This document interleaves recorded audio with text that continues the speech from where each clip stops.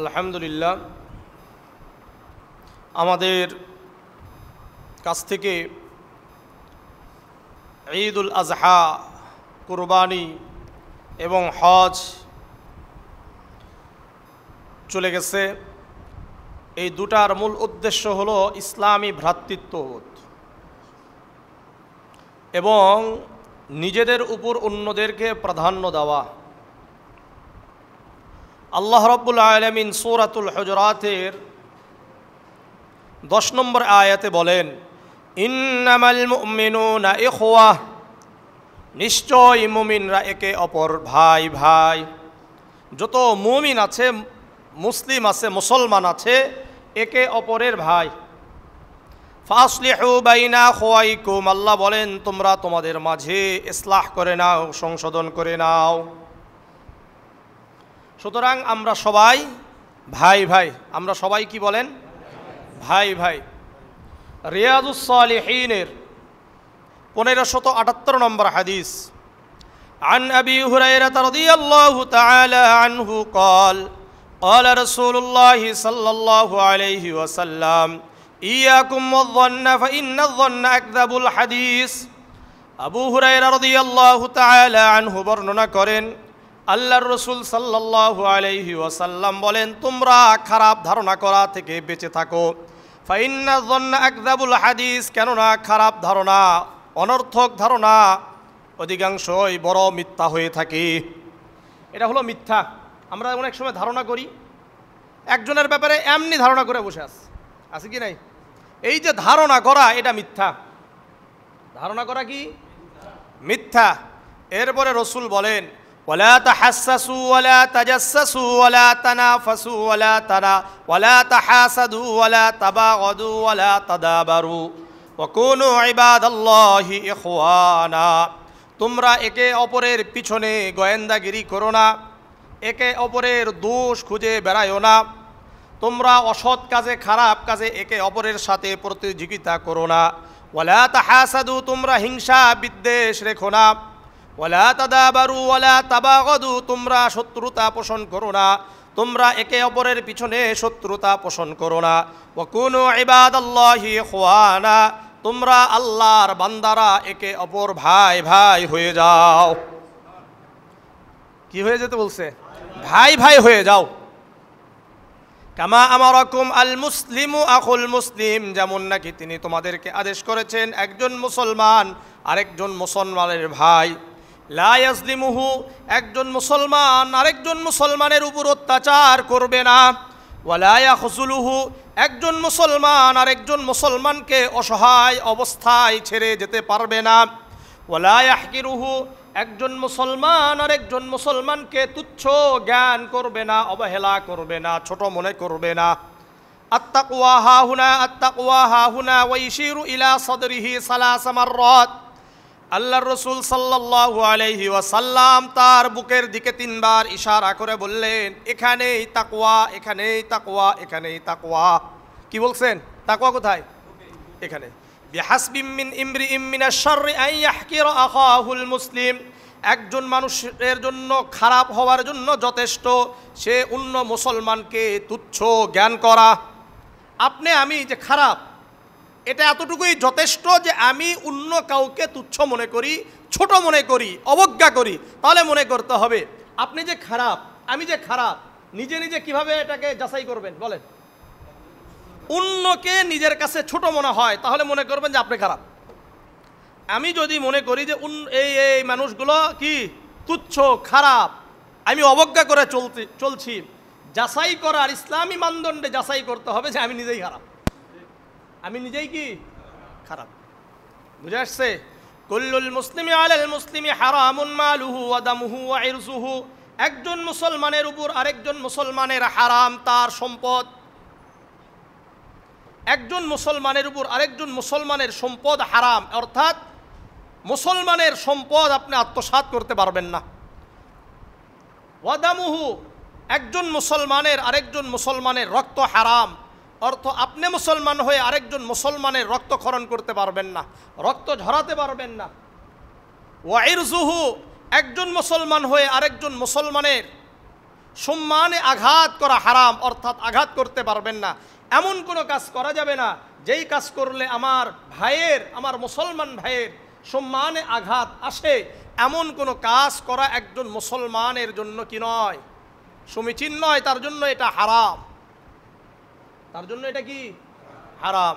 সুতরাং ভালো করে মনে রাখেন, আমি মুসলমান হয়ে আরেকজন মুসলমানের মাল আত্মসাৎ করতে পারি না, আমি মুসলমান হয়ে আরেকজন মুসলমান ভাইয়ের রক্ত ঝরাতে পারি না, আমি মুসলমান হয়ে আরেকজন মুসলমান ভাইয়ের সম্মানে আঘাত আনতে পারি না। অথচ বর্তমান মসজিদে বসে বসে আমরা অন্য মুসলমানদের বিশেষ করে সম্মানে আঘাত করি, সম্মানে কি করি, আঘাত করছি। আল্লাহ আমাদেরকে হেফাজত করেন, আল্লাহ হেফাজত করেন, আল্লাহ হেফাজত করেন। একজন মুমিন আরেকজন মুমিনের বন্ধু, একজন মুমিন আরেকজন মুমিনের বন্ধু। সূরাতুত তাওবার ৭১ নম্বর আয়াতে আল্লাহ বলেন, ওয়াল মুমিনুনা ওয়াল মুমিনাতু বা'দুহুম আউলিয়াউ বা'দ, একজন মুমিন পুরুষ আরেকজন মুমিন পুরুষের বন্ধু, একজন মুমিনা নারী আরেকজন মুমিনা নারীর বন্ধু, একজন মুমিন পুরুষ আরেকজন মুমিনের বন্ধু, একজন মুমিনা নারী মানে মুসলমান নারী, মুমিনা নারী আরেকজন মুমিনা নারীর বন্ধু। তাহলে ভাই ভাই, আবার এখানে কি বন্ধু। ৩ নম্বর কথা, মুমিনদের মুসলমানদের সম্পর্ক একটি দেহের নাই, একটি দেহের নাই। সহিহ বুখারীর ৬০১১ নম্বর হাদিস, عن النعمان بن بشير رضي الله تعالى عنه قال قال رسول الله صلى الله عليه وسلم ترى المؤمنين في تراحمهم وتوادهم وتعاطفهم كمثل الجسد। নু'মান ইবনে বাশীর রাদিয়াল্লাহু তাআলা আনহু বর্ণনা করেন, আল্লাহর রাসূল সাল্লাল্লাহু আলাইহি ওয়াসাল্লাম বলেন, তুমি মুসলমান মুমিনদেরকে দেখবে দয়ার মধ্যে, ওয়াতাওয়াদ্দুহিম ভালোবাসায়, ওয়াতাআতুবিহিম এবং সহানুভূতি প্রদর্শনে একটি দেহের নাই, একটি দেহের নাই। তাদের ভালোবাসা, তাদের সহানুভূতি, তাদের দয়ায় প্রদর্শনে একজন মুসলমান আরেকজন মুসলমান সম্পর্ক কি একটি দেহের নাই।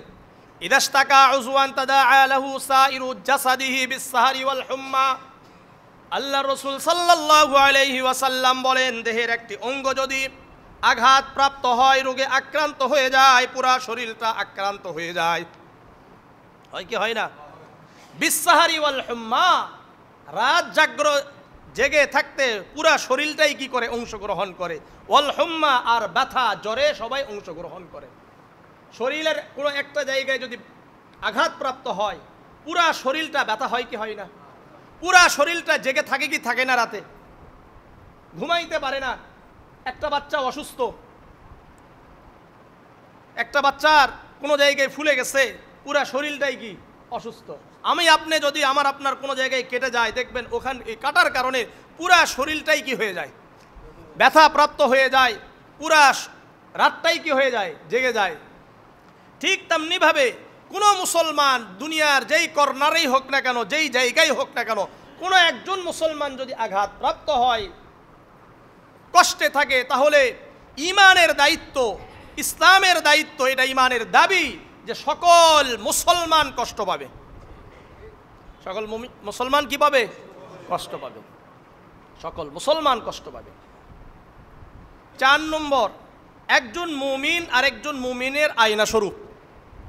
একজন মুমিন আরেকজন মুমিনের কি বলেন? আয়না স্বরূপ। সুনানে আবি দাউদের ৪৯১৮ নম্বর হাদিস, عن أبي هريرة رضي الله تعالى عنه قال قال رسول الله صلى الله عليه وسلم المؤمن مرآة المؤمن। আবু হুরায়রা রাদিয়াল্লাহু তাআলা আনহু বর্ণনা করেন, আল্লাহর রাসূল সাল্লাল্লাহু আলাইহি ওয়াসাল্লাম বলেন, আল মুমিনু মিরআতুল মুমিন, একজন মুমিন আরেকজন মুমিনের আয়না স্বরূপ। একজন মুমিন আরেকজন মুমিনের আয়না স্বরূপ। ওয়াল মুমিনু আখুল মুমিন, একজন মুমিন আরেকজন মুমিনের ভাই। ইয়াকুফু আলাইহি যায়আতাহু, তার ক্ষতি থেকে আরেকজন মুমিন হেফাজত করবে। একজন মুমিনের ক্ষতি হচ্ছে, আরেকজন মুমিন এই ক্ষতি থেকে তাকে হেফাজত করবে। ওয়ায়াহুতুহু মিন ওয়ারাইহি, একজন মুমিন অনুপস্থিত থাকা অবস্থায় আরেকজন মুমিনের দায়িত্ব হলো তার অনুপস্থিতিতে তার সম্পদকে হেফাজত করা, তার ঘরবাড়িকে হেফাজত করা, তার সম্মানের হেফাজত করা।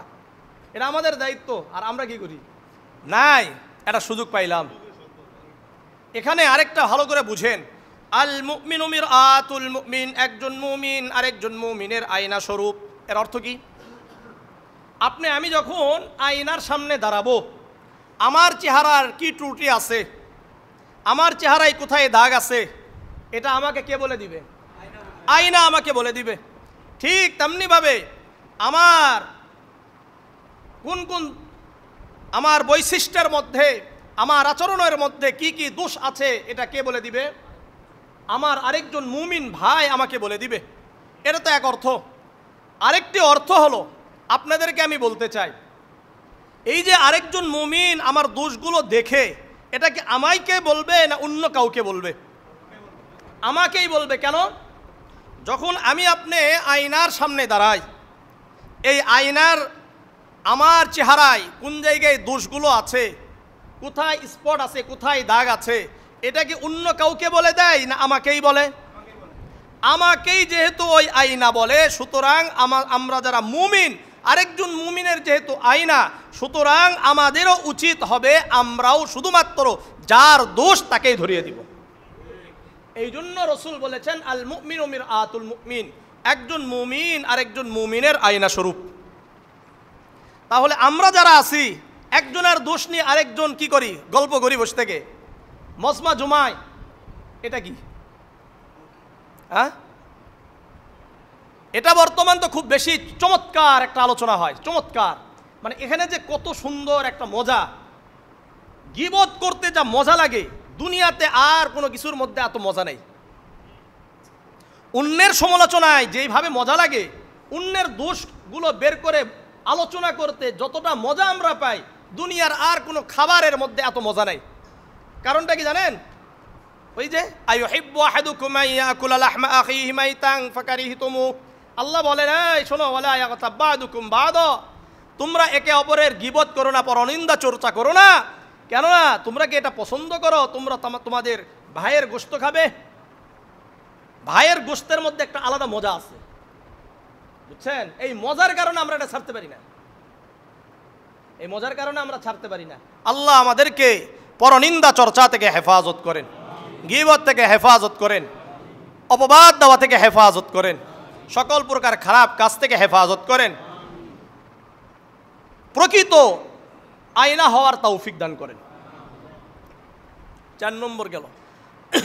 আর আমরা যে একে অপরকে সহযোগিতা করব, আমরা একে অপরকে যে সহযোগিতা করব, এটা কোন পথে সহযোগিতা করব? তাকওয়ার পথে সহযোগিতা করা, কল্যাণের পথে সহযোগিতা করা। অন্যায়ের কাজে আবার একে অপরকে সহযোগিতা করা যাবে না।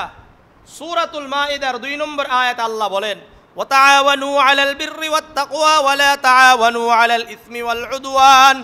তোমরা ওয়াতাআওয়ানু আলাল বিররি, তোমরা কল্যাণের পথে একে অপরকে সাহায্য করো, ওয়াত তাকওয়া, তাকওয়ার পথে একে অপরকে সাহায্য করো, ওয়ালা তাআওয়ানু আলাল ইসমি ওয়াল উদওয়ান, তোমরা গুনাহের কাজে একে অপরকে সহযোগিতা করবা না, শত্রুতার কাজে একে অপরকে সহযোগিতা করবা না।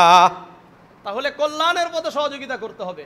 এখন একজন আরেকজনের উপর জুলুম করতে, সেখানে সহযোগিতা করবেন, কিন্তু বর্তমান যেখানে জুলুম বেশি সেখানে সহযোগিতাও বেশি। যেখানে জুলুম বেশি সেখানে সহযোগিতাও বেশি। একজনকে নিয়ে গেল, নিয়ে গিয়ে মনে করলেন 10-12টা কি ধরে দিল, কেস দিয়ে দিল। আর এর জন্য আবার অনেকগুলো কি আসে, সাক্ষীও আছে। যেই সাক্ষী কোনোদিন যার ব্যাপারে সাক্ষ্য দিচ্ছে তার সাথে কখনো দেখাই হয় নাই, চেনাও না, আছে কি নাই? এই যে সহযোগিতা। ওয়াতাআওয়ানু ওয়ালা তাআওয়ানু আলাল ইসমি ওয়াল উদওয়ান। হ্যাঁ, যদি সঠিক কেউ যদি কোনো ভুল করে থাকে, এখানে আপনি সাক্ষ্য প্রদান করেন। এটা হলো কল্যাণের পথে সাক্ষ্য দেওয়া হবে, এটা তাকওয়ার পথে সাক্ষ্য দেওয়া হবে। আল্লাহ বুঝার তৌফিক দান করেন, আল্লাহ বুঝার তৌফিক দান করেন। শোনেন, আসাবিয়াত কাকে বলা হয়, পক্ষপাতিত্ব কাকে বলা হয়? সুনানে আবি দাউদের 5119 নম্বর হাদিস, আন বিনতি ওয়াসিলা ইবনুল আসকাই আন্নাহা সামিআত আবাহা ইয়াকুলু ফাকুলতু ইয়া রাসূলুল্লাহ মাল আসাবিয়্যাহ। ওয়াসিল ইবনে আসকাই রাদিয়াল্লাহু তাআলা আনহুর মেয়ে থেকে বর্ণনা করেন, উনি ওনার বাবা থেকে শুনেছেন। উনি বলেন, আমি আল্লাহর রাসূলকে বললাম, ইয়া রাসূলুল্লাহ, ইয়া হাবিবাল্লাহ, আসাবিয়্যাত কি, পক্ষপাতিত্ব কি? আল্লাহর রাসূল বললেন, আন তুঈনা কওমাকা আলা যুলমি, তোমার সম্প্রদায় তোমার ভাইদেরকে, তোমার আত্মীয় স্বজনদেরকে, তোমার কর্মীদেরকে জুলুমের ব্যাপারে সহযোগিতা করা। আসাবিয়্যাত আর পক্ষপাতিত্ব কোনটাকে বলে? জুলুম, অত্যাচার, অন্যায় কাজগুলোতে সহযোগিতা করা, এর নাম আসাবিয়্যাত। আর যখন আসাবিয়্যাত, পক্ষপাতিত্ব ঢুকে গেছে, আমাদের ধ্বংস অনিবার্য হয়েছে। এই জন্য আসাবিয়্যাতের দিকে যারা যাবে, আল্লাহ রসুল বলেন এরা আমার উম্মতের অন্তর্ভুক্তই নয়। সুনানে আবি দাউদের 5121 নম্বর হাদিস, عن زبير بن مطعم أن رسول الله صلى الله عليه وسلم قال ليس منا من دعا إلى عصبية। জুবাইর ইবনে মুতঈম রাদিয়াল্লাহু তাআলা আনহু বর্ণনা করেন, আল্লাহর রাসূল সাল্লাল্লাহু আলাইহি ওয়াসাল্লাম বলেন, ওই ব্যক্তি আমার উম্মতের অন্তর্ভুক্তই নয় যে ব্যক্তি আসাবিয়্যাতের দিকে মানুষদেরকে ডাকে, পক্ষপাতিত্ব করতে ডাকে। ওয়ালাইসা মিন্না মান কাতালা আলা আসাবিয়্যাতিন, পক্ষপাতিত্বের ভিত্তিতে যুদ্ধ করে এরা আমার উম্মতের অন্তর্ভুক্ত নয়। ওমান মাতা আলা আসাবিয়্যাতিন, আর এই পক্ষপাতিত্ব করে আসাবিয়্যাতের উপর ভিত্তি করে মৃত্যুবরণ করে এই ব্যক্তিও আমার উম্মতের অন্তর্ভুক্ত নয়। জুলুম, অত্যাচার, পক্ষপাতিত্ব নিয়ে কাজ করার কারণে মারা গেছে, এ আমার উম্মতের অন্তর্ভুক্ত নয়। জিহাদ করলেও কেন এই জিহাদ সহি হবে না, অন্যায়। আল্লাহ আমাদেরকে হেফাজত করেন, আল্লাহ আমাদেরকে হেফাজত করেন, আল্লাহ আমাদেরকে হেফাজত করেন। এই জন্য একে অপরকে সহযোগিতা করা, এ ব্যাপারে একে অপরকে নিজের উপর অন্যদেরকে প্রাধান্য দেওয়া, বিশেষ করে মদিনার সাহাবী, আনসারী সাহাবীদের ব্যাপারে আল্লাহ রাব্বুল আলামিন সূরাতুল হাশরের 9 নম্বর আয়াতে বলেন, ওয়ায়ুসিরুনা আলা আনফুসিহিম ওয়ালাউ কানা বিহিম খাসাসা। মদিনার আনসারী সাহাবারা নিজেরা অভাবগ্রস্ত থাকা সত্ত্বেও নিজেদের উপর অন্যদেরকে প্রাধান্য দিত। নিজেদের উপর অন্যদেরকে কি করত? প্রাধান্য দিত। এটা তাদের একটা কি ছিল? বৈশিষ্ট্য ছিল।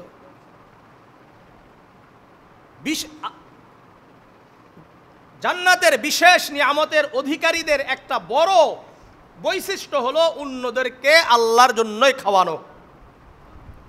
সূরাতুদ দাহার, এই সূরার আরেক নাম হলো আল ইনসান, মানে মানুষ।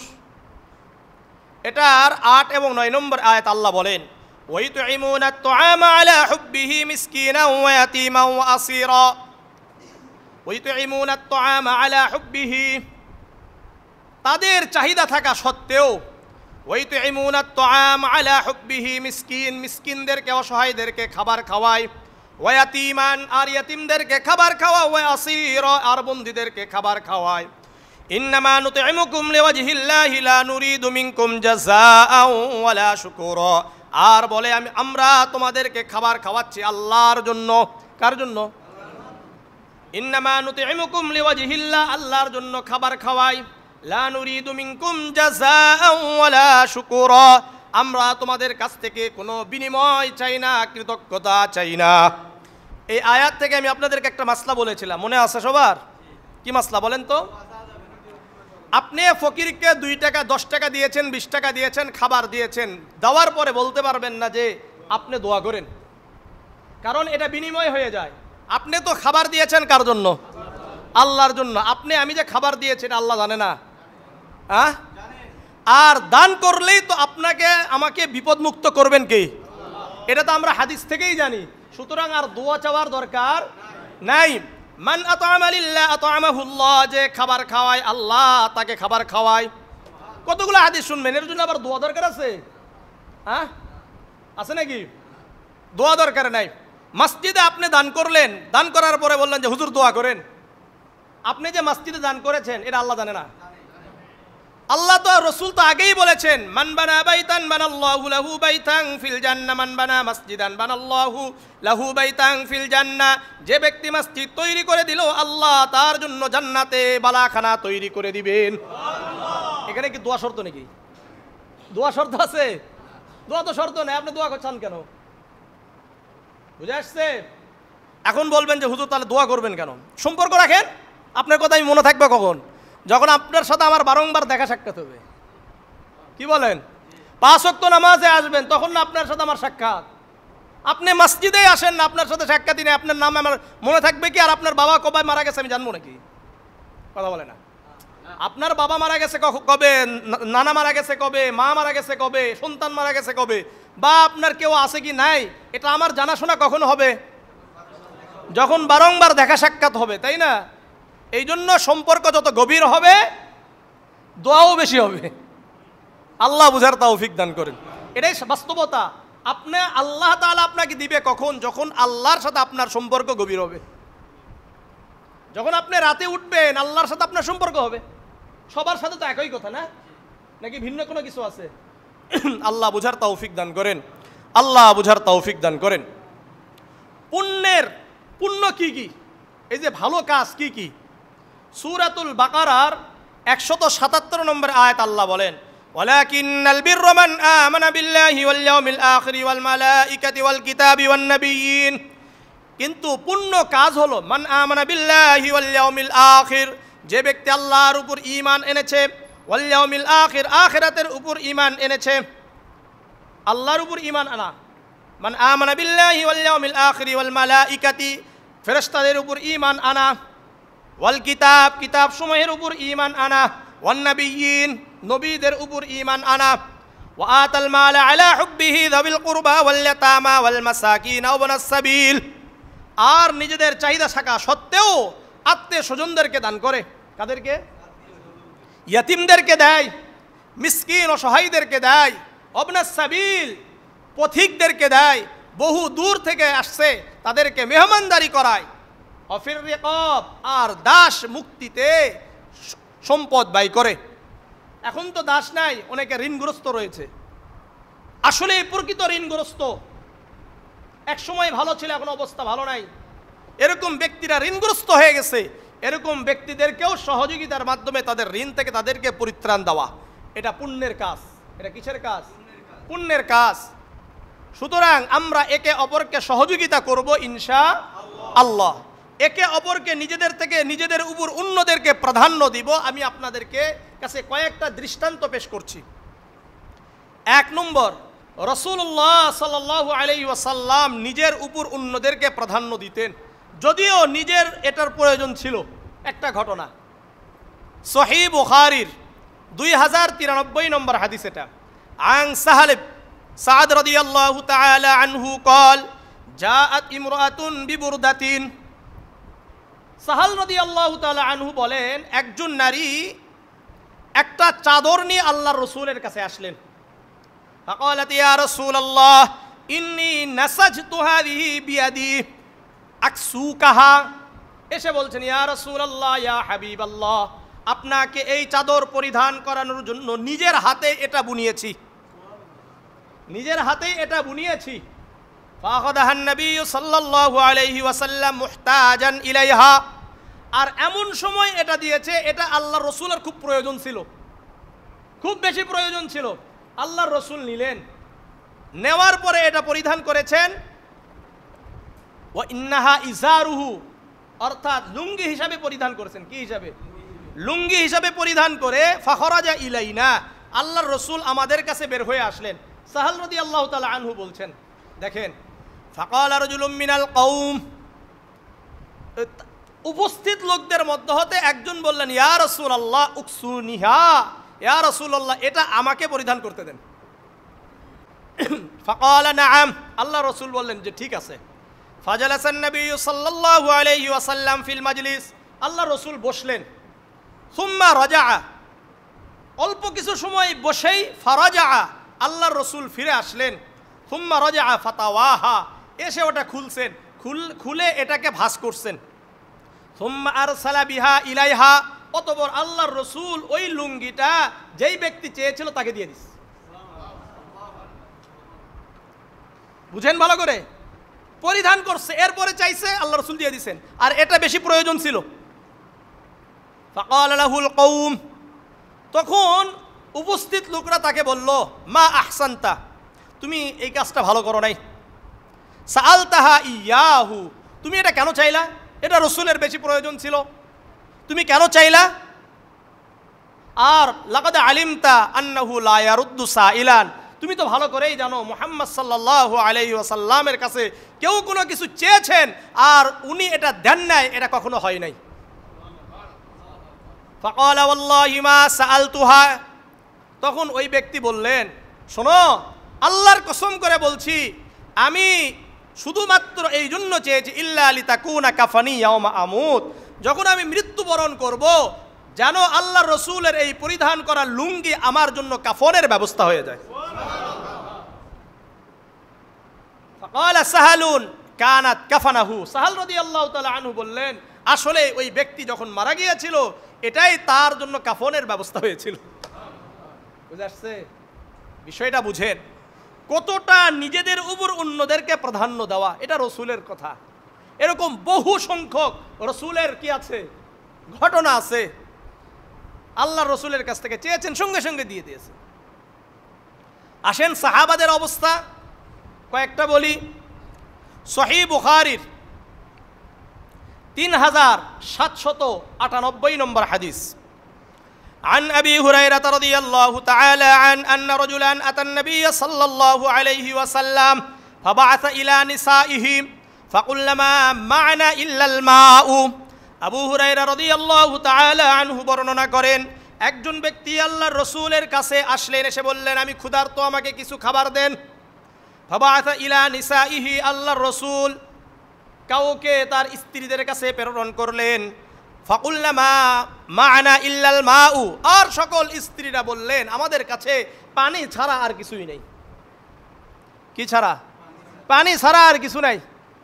فقال رسول الله صلى الله عليه وسلم من يزم أو يزيف هذا, আল্লাহ রসুল তার উপস্থিত সাহাবাদের মধ্য থেকে বললেন, কে আছো এই ব্যক্তির মেহমানদারি করাবে? فقال رجل من الأنصار أنا, আনসারী সাহাবী অর্থাৎ মদিনার সাহাবাদের মধ্য হতে একজন সাহাবী বললেন, ইয়া রাসূলুল্লাহ, আমি করাবো। ফান্তালাকা বিহি ইলা ইমরাতিহি, ওই ব্যক্তি ওই মেহমানকে নিয়ে তার বাড়িতে গেলেন। ফাকালাত, তার স্ত্রী বলছে, মা ইনদানা ইল্লা কুতু সিবিয়ানি, এখন নিয়ে যাওয়ার পরে বলছে, আকরিমি যায়ফা রাসূলিল্লাহি সাল্লাল্লাহু আলাইহি ওয়াসাল্লাম। তার স্ত্রীকে ওই মদিনার আনসারী সাহাবী বলছেন, এই তুমি আল্লাহর রসুলের মেহমানদারি খুব ভালো করে করাও, মেহমানদারি খুব ভালো করে করাবে, কারণ এটা কার মেহমান? রাসূলুল্লাহ সাল্লাল্লাহু আলাইহি সাল্লামের মেহমান। স্ত্রী কি বলে দেখেন, স্ত্রী বলছে, মা ইনদানা ইল্লা কুতু সিবিয়ানি, আমার কাছে আমাদের সন্তানের খাবার ছাড়া আর কোনো খাবার নাই, সন্তানের খাবার ছাড়া তো আর কোনো খাবার নাই। সাহাবার উত্তর কি? ফাহাইয়ি তুআমাকি ওয়া আসবিহি সিরাজাকি ওয়া নাওমি সিবিয়ানাকি, বলছে তুমি খাবার রেডি করো, প্রস্তুত করো, বাতি ঠিক করে রাখো, আর তুমি তোমার সন্তানদেরকে ঘুমিয়ে দাও। সন্তানকে কি করো? ঘুমিয়ে দাও। ফাইদা আরাদু আশাআন, যখন রাত হয়ে গেছে, খাবারের সময় হয়ে গেছে, ওই স্ত্রী কি করলেন দেখেন, হাইয়াত তুআমাহা, খাবার প্রস্তুত করেছেন। ওয়াসবাহাত সিরাজাহা, বাতি ঠিক করছে। ওয়ানাওয়ামাত সিবিয়ানাহা, বাচ্চাদেরকে ঘুমিয়ে দিয়েছে। আর তারা আপসের মধ্যে পরামর্শ করেছে, যখন খাবার বসে যাবে তুমি কি করবা, তোমার কাজ হলো তুমি বাতি ঠিক করার নামে তুমি বাতিটাকে নিভিয়ে দিবা, আর আমরা এমন অবস্থা তৈরি করব যেন মেহমান মনে করে যে মেহমানের সাথে আমরাও খাচ্ছি। মেহমান বসে গেছে,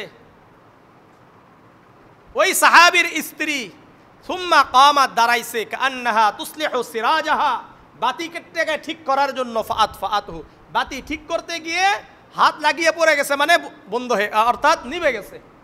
ওয়াজআলা ইরয়ানিহি কান্নাহুমা ইয়াকুলানি, আর তারা এমনভাবে মুখ নড়ানো শুরু করে দিল যেন তারা মনে করে, ওই মেহমান মনে করে তারা দুইজন আমার সাথে খাচ্ছে। ফাবাতা তাবিয়াইন, এভাবে তারা রাতকে কাটিয়ে দিল, না খেয়ে, সন্তানদেরকে না খাওয়া অবস্থায় নিজেরাও না খেয়ে রাত কাটিয়ে দিয়েছে। তাদের এই খাবারটা কাকে খাওয়াইছে? একজন মেহমানকে খাবার খাইয়েছে। ফালাম্মা আসবাহা গাদা ইলা রাসূলিল্লাহি সাল্লাল্লাহু আলাইহি ওয়াসাল্লাম, যখন সকাল হয়ে গেছে আল্লাহর রাসূলের কাছে গেলেন ওই মেহমানকে নিয়ে। ফাকালা যাহিকাল্লাহুল লাইলাতা ওয়া আজিবা মিন ফিআলিকুমা, আল্লাহর রাসূল সাল্লাল্লাহু আলাইহি ওয়াসাল্লাম বলেন, আল্লাহ রাব্বুল আলামিন এই রাতের ঘটনা দেখে আল্লাহ তাআলা হেসে দিয়েছেন, আর আল্লাহ রাব্বুল আলামিন আশ্চর্যান্বিত হয়েছেন তোমাদের কাজকর্ম দেখে। আল্লাহ হেসে দিয়েছেন। আল্লাহ যে কয়েকবার হাসছেন, তার মধ্যে এই ঘটনার কারণে একবার আল্লাহ রাব্বুল আলামিন হাসছেন। এদের এই কাহিনী দেখে আশ্চর্যান্বিত হয়ে গেছেন কে? আল্লাহ নিজেই। আল্লাহ রাব্বুল আলামিন এই ঘটনার কারণে কোরআনের আয়াত অবতীর্ণ করেছেন, ওয়াইউসিরুনা আলা আনফুসিহিম ওয়ালাউ কানা বিহিম খাসাসা, ওয়াইউসিরুনা আলা আনফুসিহিম, তারা নিজেদের উপর অন্যদেরকে প্রাধান্য দেয় যদিও তারা ক্ষুধার্ত অভাবী অবস্থায় থাকে। সূরাতুল হাশরের 9 নম্বর আয়াত। এই হলো সাহাবাদের অবস্থা। আরেকটা ঘটনা সহিহ বুখারীর 3937 নম্বর হাদিস। عن أنس بن مالك رضي الله تعالى عنه قال قدم عبد الرحمن بن عوف المدينة فآخى النبي صلى الله عليه وسلم بينه وبين سعد بن الربيع الأنصاري। আনাস ইবনে মালিক রাদিয়াল্লাহু তাআলা আনহু বলেন, আব্দুর রহমান ইবনে আউফ রাদিয়াল্লাহু তাআলা আনহু মক্কা থেকে মদিনায় হিজরত করে আসলেন। আল্লাহর রাসূল সাল্লাল্লাহু আলাইহি ওয়াসাল্লাম আব্দুর রহমান ইবনে আউফ এবং সাদ ইবনে রবিউল আনসারী এই দুই জনের মাঝে ভ্রাতৃত্ব স্থাপন করলেন, ভাই ভাই বানিয়ে দিলেন। মক্কা থেকে যারা মদিনায় হিজরত করে আসছিলেন তাদের প্রত্যেককে আরেকজনের কি করছিলেন? ভাই বানিয়ে দিয়েছিলেন। এটা আল্লাহর রাসূল সাল্লাল্লাহু আলাইহি ওয়াসাল্লাম। তো সাদ ইবনে রবিউল আনসারী রাদিয়াল্লাহু তাআলা আনহুর ভাই বানিয়ে দিলেন কাকে? আব্দুর রহমান বিন আউফ রাদিয়াল্লাহু তাআলা আনহুকে। এখন এই সাদ ইবনে রবিউল আনসারী রাদিয়াল্লাহু তাআলা আনহু কি পরিমাণ ত্যাগ করছেন দেখেন। ফাআরাযা আলাইহি আন ইউনাসিবাহু আহলাহু ওয়া মালাহু, তখন সাদ ইবনে রবিউল আনসারী রাদিয়াল্লাহু তাআলা আনহু আব্দুর রহমান বিন আউফ রাদিয়াল্লাহু তাআলা আনহুকে ডেকে বললেন, ভাই আমার এই সম্পদ আছে, তোমার যেই সম্পদগুলো পছন্দ বলো, আমি তোমাকে এটা দিয়ে দিব। আমার দুটা স্ত্রী আছে, তোমার যেই স্ত্রীকে পছন্দ বলো, আমি ওই স্ত্রীকে তালাক দিয়ে দিব, তুমি তাকে বিবাহ করবা। ত্যাগ দেখেন। তখন আব্দুর রহমান বারাকাল্লাহু লাকা ফি আহলিক ওয়া মালিক, আব্দুর রহমান ইবনে আউফ রাদিয়াল্লাহু তাআলা আনহু বললেন, আল্লাহ তাআলা তোমার জন্য তোমার পরিবারের মধ্যে বরকত দান করুক, তোমার সম্পদের মধ্যে বরকত দান করুক। তোমার সম্পদ আমার দরকার নাই, তোমার স্ত্রী আমার দরকার নাই। আমাদেরকে বললে গেল আলহামদুলিল্লাহ, বলছেন ভালো করছেন, বলছেন কি করছেন, ভালো করছেন। কেবল না আপনি আসলে ইমানদার, আপনার সব দিয়ে দিবেন আমারে। কিছু ভণ্ড পীর আছে না, আস্তে আস্তে সব কিছু নিয়ে নেয়, আছে কি নাই? আছে। তো আব্দুর রহমান বিন আউফ রাদিয়াল্লাহু তাআলা আনহু কি বললেন? বারাকাল্লাহু লাকা ফি আহলিক ওয়া মালিক, আল্লাহ তাআলা তোমার জন্য তোমার সম্পদের মধ্যে বরকত দান করুক, তোমার স্ত্রীদের মধ্যে, তোমার পরিবারের মধ্যে বরকত দান করুক। আমি তোমার কিছুই চাই না। দুল্লানি আলা সুক, বরং তুমি আমাকে তোমাদের বাজারের রাস্তা দেখে দাও। কিসের রাস্তা? বাজারের রাস্তা দেখে দাও। আমি এখানে কি করব? ব্যবসা করব। ফারাবি হাসাইম মিন আকিতিন ওয়া সামনিন, উনি কিছু পনির কিছু ঘি নিয়ে ব্যবসা শুরু করলেন। একটা অবস্থায় দেখা গেছে ওই সময়ের বিশ্বের শ্রেষ্ঠ ধনী ছিলেন আব্দুর রহমান ইবনে আউফ রাদিয়াল্লাহু তাআলা আনহু। এই জন্য কোনো ব্যবসাকে কি করা যাবে না, ছোট মনে করা যাবে না। আপনি যাকে ছোট মনে করছেন হইতে পারে এই একদিন এই এলাকা নয়, পুরা বাংলাদেশের শ্রেষ্ঠ ধনী হতে পারে, হইতে পারে না। এই জন্য কর্ম করে খেতে হবে, অকর্ম হয়ে বসে থাকা যাবে না। সাহাবারা ব্যবসা করছেন, এখন আমরা ব্যবসা করলে আবার সমস্যা। হুজুর ব্যবসা করে, হুজুরের লোভ বেশি। হুজুরের কি বেশি? লোভ বেশি। তাহলে সাহাবাদের লোভ ছিল, কি বলেন? অনেক লোভিত। আব্দুর রহমান বিন আউফ লোভী না? আল্লাহ সহিহ বুঝদান করেন, আল্লাহ সহিহ বুঝদান করেন। ব্যবসা এটা হলো হালাল, ব্যবসা এটা দরকার। সকল নবীরা ব্যবসা করেছেন, সাহাবারা অধিকাংশই ব্যবসা করেছেন। সুতরাং তাদের থেকে বড় অলিয়া উলিয়া আমরা হই নাই, বরং এটাই সুন্নাহ। এটাই কি? সুন্নাহ। তো ওই ব্যবসা শুরু করছেন। ফারাআহুন নবী সাল্লাল্লাহু আলাইহি ওয়াসাল্লাম বাদ আইয়াম, আল্লাহর রাসূল অনেক দিন পরে আব্দুর রহমান বিন আউফকে দেখলেন। ওয়া আলাইহি ওয়াদারুম মিন সুফরাতিন, আর যখন দেখেন তার শরীরে এবং কাপড়ে হলুদ রঙের কিছু চিহ্ন। ফাকাল নবী সাল্লাল্লাহু আলাইহি ওয়াসাল্লাম মাহয়াম ইয়া আব্দুর রহমান, এই ব্যাপার কি আব্দুর রহমান, তোমার শরীরে তোমার কাপড়ে হলুদ রঙের চিহ্ন দেখা যায়? ফাকাল ইয়া রাসূলুল্লাহ, আব্দুর রহমান বিন আউফ রাদিয়াল্লাহু তাআলা আনহু বললেন, হে আল্লাহর রাসূল, আমি তো ব্যবসা বাণিজ্য করে একটু টাকা পয়সা হইছে। ইন্নী তাযাওয়াজতু ইমরাতাম মিনাল আনসার, আমি আনসারী একজন নারীকে বিবাহ করেছি। টাকা পয়সা হয়েছে, আমি কি করবো? বিবাহ করতে হবে না? বিবাহ করে ফেলছি। দেখেন রাসূলুল্লাহ সাল্লাল্লাহু আলাইহি সাল্লাম প্রথমে তাকে কি জিজ্ঞাসা করছেন? জিজ্ঞাসা করেছেন মা সুকতা ফিহা, তুমি তাকে কত মহারণা দিয়েছো? আমরা হলে কি করি? তোমার শ্বশুর বাড়িতে কি কি আছে, বা শ্বশুর বাড়িতে কি কি আছে, কি কি দিয়েছে, এই কথা জিজ্ঞাসা করি না? রাসূল কি জিজ্ঞাসা করেছেন? মা সুকতা ফিহা, তুমি মহারণা কি দিয়েছো? আমাদেরকে জিজ্ঞাসা করলে মহারণা কি দিয়েছে, আমরা 10 লক্ষ টাকা বাকি আছে, পুরাটাই ফাও। 10 লক্ষ টাকাই কি বাকি? কারণ দিবে না দেখে 10 লক্ষ টাকা বাঁচছে, দিলে তো 2 লক্ষ টাকাই হয়ে যেত। 10 লক্ষ টাকা বাঁধার মূল কারণটা কি? দিব না। আপনি বিভিন্ন বিবাহ পড়াইতে যাবেন, বিভিন্ন জায়গায় দেখবেন যখন বলে 10 লক্ষ টাকা, 10 লক্ষ টাকা 20 লক্ষ টাকা বাঁধেন, ছাড়ার জন্য কি বিবাহ করছি নাকি? মানে ছাড়লে দিতে হয়, অথচ এটা আপনার ঋণ থেকে গেল। আপনি মারা গেলে এটা ঋণ থেকে যাবে। আপনার সন্তানরা যদি আপনার স্ত্রীকে না দেয়, মানে মাকে যদি আপনার যে মহারণা বাঁচছিলেন এটা না দেয়, আপনি ঋণগ্রস্ত থাকবেন। আর নাফসুল মুমিনি মুআল্লাকাতুন বিদাইনি হাত্তা ইয়াকদা আলাইহি আন, মুমিন যত বড় আল্লাহর ওলি হয়ে যান না কেন, আপনি যদি ঋণগ্রস্ত থেকে মারা যান, আমার আপনার রূহ ঝুলন্ত অবস্থায় থাকবে যতক্ষণ পর্যন্ত আমাদের ঋণটা পরিশোধ করা হবে না। এখন কি করবেন নিজেরা চিন্তা করেন একটু। তখন রাসূলুল্লাহ সাল্লাল্লাহু আলাইহি সাল্লাম আব্দুর রহমান বিন আউফকে বললেন, এই মহারণা কি দিয়েছো? ক্বালা ওয়াজনা নাওয়াতিম মিন যাহাবিন, ইয়া রাসূলুল্লাহ ইয়া হাবিবাল্লাহ, খেজুরের বিচির পরিমাণ আমি স্বর্ণ মহারণা দিয়েছি। বুঝলেন, আমি মহারণা দিয়েছি। ক্বালা আউলিম ওয়ালাউ বিশাতিন, এখন আল্লাহর রাসূল বললেন একটি বকরি দিয়ে হলেও তুমি অবশ্যই ওলিমা করবা।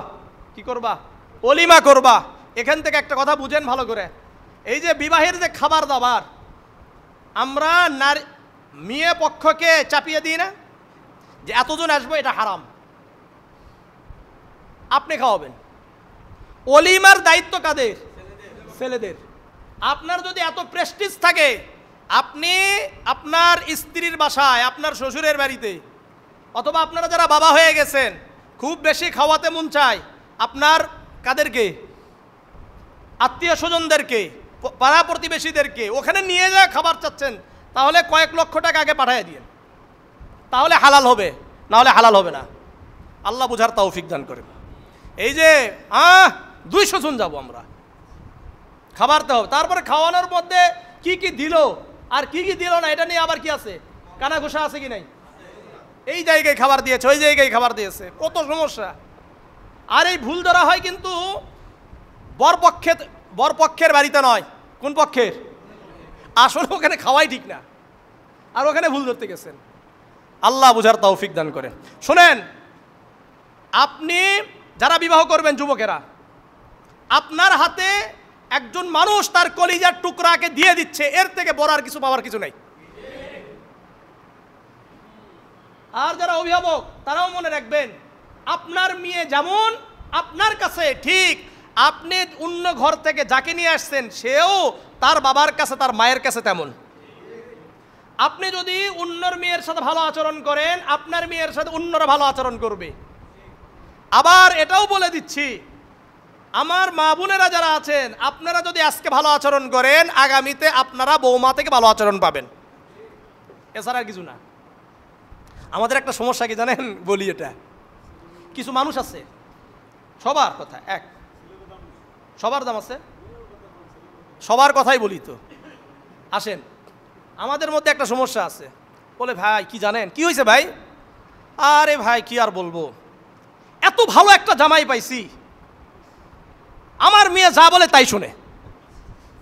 ওই একই ব্যক্তি আবার বলতেছি, আহা এমন একটা বৌমা পাইছি, আমার ছেলেটা একবারে বইয়ের গোলাম হয়ে গেছে। কি বুঝলেন? কি বুঝলেন বিষয়টা? একই কথা, মানে মুনাফেক। এক মুখে দুই কথা, এক মুখে কয় কথা? দুই কথা। কি বলছে? এত ভালো জামাই পাইছি, আমার মেয়ে যা বলে তাই শোনে। আর তার বৌমা সম্পর্কে কি বলছে? এমন বৌমা পাইছি, আমার ছেলেটা একবারে গোলাম হয়ে গেছে, বইয়ের গোলাম। তে মুনাফেক। কারণ মুনাফেক কে? যার একই মুখে কয় কথা হয়? দুই কথা হয়। আল্লাহ সহি বুঝদান করেন, আল্লাহ সহি বুঝদান করেন। আসেন, আয়েশা রাদিয়াল্লাহু তাআলা আনহার একটা ঘটনা শুনাই। মুয়াত্তা ইমাম মালিকের 1819 নম্বর হাদিস। আন আয়েশা যাওজিন নবী সাল্লাল্লাহু আলাইহি ওয়াসাল্লাম আন্না মিসকিনান সাআলাহা ওয়া হিয়া সাইমাতুন লাইসা ফি বাইতিহা ইল্লা রাগীফুন। আয়েশা রাদিয়াল্লাহু তাআলা আনহা থেকে বর্ণনা, একজন মিসকিন আয়েশা রাদিয়াল্লাহু তাআলা আনহার কাছ থেকে চাইলেন। ওই সময় আয়েশা রাদিয়াল্লাহু তাআলা আনহা রোজাদার অবস্থায় ছিলেন। কি অবস্থায়? রোজাদার অবস্থায় আল্লাহ আয়েশা রাদিয়াল্লাহু তাআলা আনহা আছে। ওয়ালাইসা ফি বাইতিহা ইল্লা রাগীফুন, আর তার ঘরে একটা রুটি ছাড়া আর কিছুই নেই। কার ঘরে এটা? আল্লাহ রসুলের প্রিয়তমা স্ত্রীর ঘরে।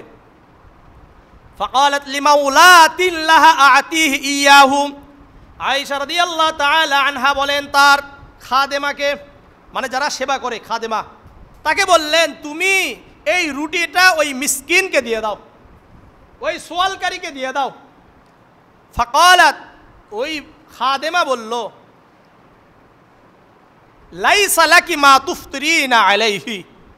হে উম্মুল মুমিনিন আয়েশা, আপনি যে এই রুটিটা দিয়ে দিতে বলছেন, আপনি তো রোজাদার অবস্থায় আছেন, এটা যদি দিয়ে দেয় আপনার ইফতারি করার আর কিছু থাকবে না। ফাকালাত আতিহি ইয়াহু। আয়েশা রাদিয়াল্লাহু তাআলা আনহা বললেন আমি তোমাকে দিতে বলেছি, তুমি দিয়ে দাও। ক্বালাত ফাফআলতু। খাদেমা বলেন আয়েশা রাদিয়াল্লাহু তাআলা আনহা যেমন বললেন আমি তেমনটাই করলাম, দিয়ে দিলাম। ফালাম্মা আমসাইনা, ইফতারির সময় হয়ে গেছে, সন্ধ্যা হচ্ছে, এই সময় আহদালানা আহদানা আহদালানা ইনসানুন আও আহলু বাইতিন। হঠাৎ দেখলাম আয়েশা রাদিয়াল্লাহু তাআলা আনহার ঘরে কোনো একজন ব্যক্তি অথবা কোনো একটা ঘর থেকে কিছু হাদিয়া চলে আসছে। তো খাদেমা বলছেন মা কানা ইহুদি লানা শাতান, এই ব্যক্তি বা ওই ঘর কখনোই আয়েশা রাদিয়াল্লাহু তাআলা আনহাকে কোনো কিছু হাদিয়া দেয় নাই। সেদিনই হাদিয়া দিয়েছেন শাতান, কি বকরির ভুনা গোশত হাদিয়া পাঠাইছে। ফাকালাত ফাদাআতনি উম্মুল মুমিনিন আয়েশা রাদিয়াল্লাহু তাআলা আনহা। খাদেমা বলেন আয়েশা রাদিয়াল্লাহু তাআলা আনহা আমাকে ডাকলেন, ডেকে বললেন কুলি মিন হাজা, এখান থেকে খাও, হাজা খায়রুম মিন কুরসিক, এটা তোমার ওই রুটি থেকে উত্তম, এটা তোমার ওই রুটি থেকে কি উত্তম, তুমি তো রুটি দিতে চাচ্ছিলে না, ঠিক আছে তুমি ভুনা গোশত খাও। দেখেন রোজাদার অবস্থায় আছে, মাত্র একটা রুটি আছে, এই রুটিটাও অন্যদেরকে দিয়ে দিছে। বুঝেন? আরো দুটা ঘটনা শুনেন। তাফসীরুল কুরতুবীর 18 নম্বর খণ্ডের 30 নম্বর পৃষ্ঠায় ক্বাল আল হুযায়ফা, হুযায়ফা রাদিয়াল্লাহু তাআলা আনহু বলেন, হুযায়ফা উনি বলেন ইন তালাক্তু ইয়াউমাল ইয়ারমুক, ইয়ারমুকের যুদ্ধের দিন আমি ময়দানে গেলাম। মনোযোগ দিয়ে শুনেন এটা। ওয়া আতলুবু ইবনা আম্মিন লি, আর আমি খুঁজতে গেলাম যে আমার চাচাতো ভাই লাশ কোথাও পাওয়া যায় কিনা, অথবা জীবিত অবস্থায় পাওয়া যায় কিনা খুঁজতেছিলাম। ওমাইয়া শাইউম মিনাল মাই, আর আমি যদি তাকে পেয়ে যাই তাহলে তাকে কিছু পানি পান করাবো। সাকাইতুহু, আমি তাকে পানি পান করাবো। ফাইদা আনা বিহি, হঠাৎ আমি তাকে পেয়ে গেলাম। পাওয়ার পরে ফাকুলতু লাহু, আমি তাকে বললাম আসকিকা, আমি কি তোমাকে পানি দিব, আমি কি তোমাকে একটু পানি পান করাবো? ফাআশারা বিরাসিহি আন-নাআম, মাথা দিয়ে ইশারা করলেন হ্যাঁ পানি দাও, আমিও পানি পান করাবো। এমত অবস্থায় ফাইদা আনা বিরাজুলিন ইয়াকুলু আহ আহ, হঠাৎ আমরা শুনতে পাইলাম আরেকজন ব্যক্তি বলছে আহ আহ পানি পানি। ফাআশারা ইলাইয়া ইবনু আম্মি আন আনতালিকা ইলাইহি, আমার চাচাতো ভাই আমাকে ইশারা করলেন অমুক ব্যক্তি যে পানি চাচ্ছে তাকে দিয়ে দাও, তার কাছে গিয়ে পানি দাও। আমি তার কাছে গেলাম, গিয়ে বললাম আসকিকা, আমি কি তোমাকে পানি পান করাবো? ফাআশারা বিরাসিহি, তার মাথা দিয়ে ইশারা করলে হ্যাঁ পানি পান করাও। আমি যেই মুহূর্তে তাকে পানি পান করাবো, ফাসামিআ আখার, যাকে পানি পান করাবো তার নাম হল হিশাম ইবনুল আস, উনি বললেন সামিআ আখার ইয়াকুল, আরেকজন ব্যক্তির আওয়াজ শুনতে পাইলেন আহ আহ পানি পানি, চিৎকার করলো। ফাআশারা ইলাইয়া আন আনতালিকা ইলাইহি, ওই ব্যক্তি আমাকে আবার ইশারা করছে, যার পানি দরকার এই ব্যক্তি ইশারা করছে যে যা আমার ওই ভাইয়ের পানি দরকার, তাকে পানি দাও। ফাজিতুহু, আমি তৃতীয় ব্যক্তির কাছে পানি নিয়ে গেলাম। ফাইদা হুয়া কদ মাতা, ওই ব্যক্তি দুনিয়া ত্যাগ করে চলে গেছে। সুম্মা রাজাতু ইলা হিশাম, আমি দ্বিতীয় ব্যক্তি হিশামের কাছে আসলাম। ফাইদা হুয়া কদ মাতা, ওই ব্যক্তিও হিশামও দুনিয়া থেকে চলে গেছে। ফাজিতু ইলা ইবনে আম্মি, আমার চাচাতো ভাইয়ের কাছে আসলাম। ফাইদা হুয়া কদ মাতা, আমার চাচাতো ভাইও দুনিয়া ত্যাগ করে চলে গেছে। কোন অবস্থায় পানিকে ছেড়ে দিয়েছে অন্য ভাইয়ের জন্য? যখন মৃত্যু সজ্জায় পানি পান করলে হয়তোবা বেঁচে যাবে, হয়তোবা বেঁচে যাবে। এই অবস্থায় সাহাবাদের অবস্থা এটা ছিল, তাবিঈনদের অবস্থা এটা ছিল। এটাই তো হলো মুমিনদের অবস্থা। আর আমরা মসজিদে জায়গা নিয়ে কি করি? মারামারি করি। মসজিদের জায়গা নিয়ে কি করি? মারামারি। কে কোন জায়গায় বসবে? অন্য জায়গার কথা বাদই দিলাম, কিভাবে খালি মেরা খাবো এই চিন্তা ভাবনা।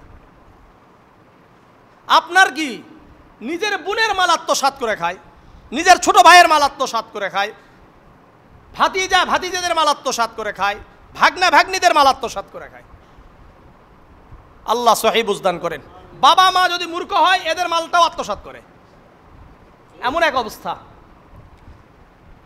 আল মুস্তাদরাক লিল হাকিম আলা সাহিহাইন, লাস্ট ঘটনা এটা 3852 নম্বর এটা হাদিস আনা হয়েছে।